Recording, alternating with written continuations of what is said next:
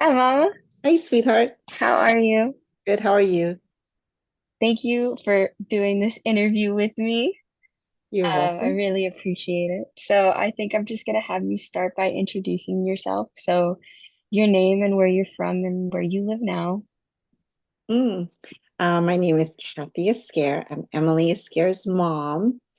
I'm originally born in Lima, Peru, South America, but I was raised in California, Los Angeles. Right now, I'm currently living in West Hills, California, San Fernando Valley. The San Fernando Valley, home of the Dodgers. We're going to the World Series. Um, so what food did you want to talk about today? Let's see. One of my favorites and Emily's favorite is arroz con pollo. It's chicken and rice. And what cultural group does this food represent? It it's from I mean every country has a variation of arroz con pollo, but the one that I grew up with is the one from Peru, obviously, because that's where I'm from or was born. Um, so it's a green rice and chicken. And do you have like a special story or anything that relates culturally to Peruvians or Peruvian Japanese people that's personal to you that you could share?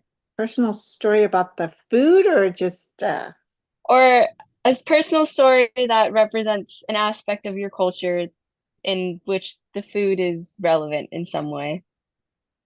um let's see.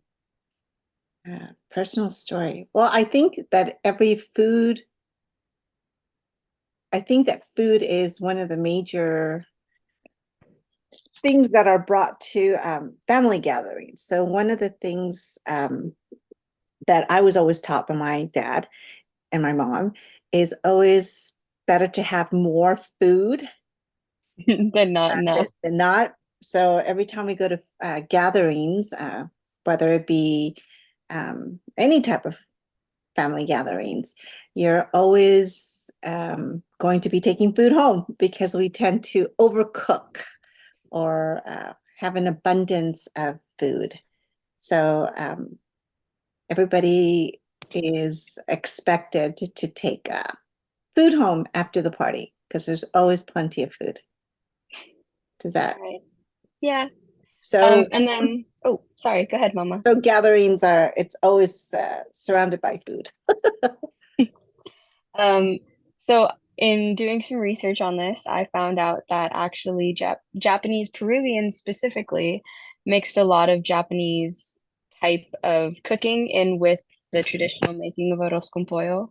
And I personally don't know too much about what makes our arroz con pollo different than like traditional Peruvian arroz con pollo. So if you Hmm. knew anything about that? I have to tell you, see, I personally don't know how to make the arroz con pollo because I always depended on my mom, which is a sad thing to say now because my mom's gone. So um, I look forward to family reunions because that's when I can get I don't know if it's authentic, but the arroz con pollos that I grew up with. And one of the biggest thing that I've noticed is that we use Japanese rice instead of long grain. So that's a big influence. It's a different type of texture. It's more moist Mhm. for me. So one of the biggest influence, I think, my Japanese culture has been the type of rice that is used Okay. versus the traditional arroz con pollo, which is long grain rice. Well, thank you so much for taking the time out of your day to do this with me, Mom. I really, really appreciate No problem, Princess. I get to see you, even though it. you're over the ocean.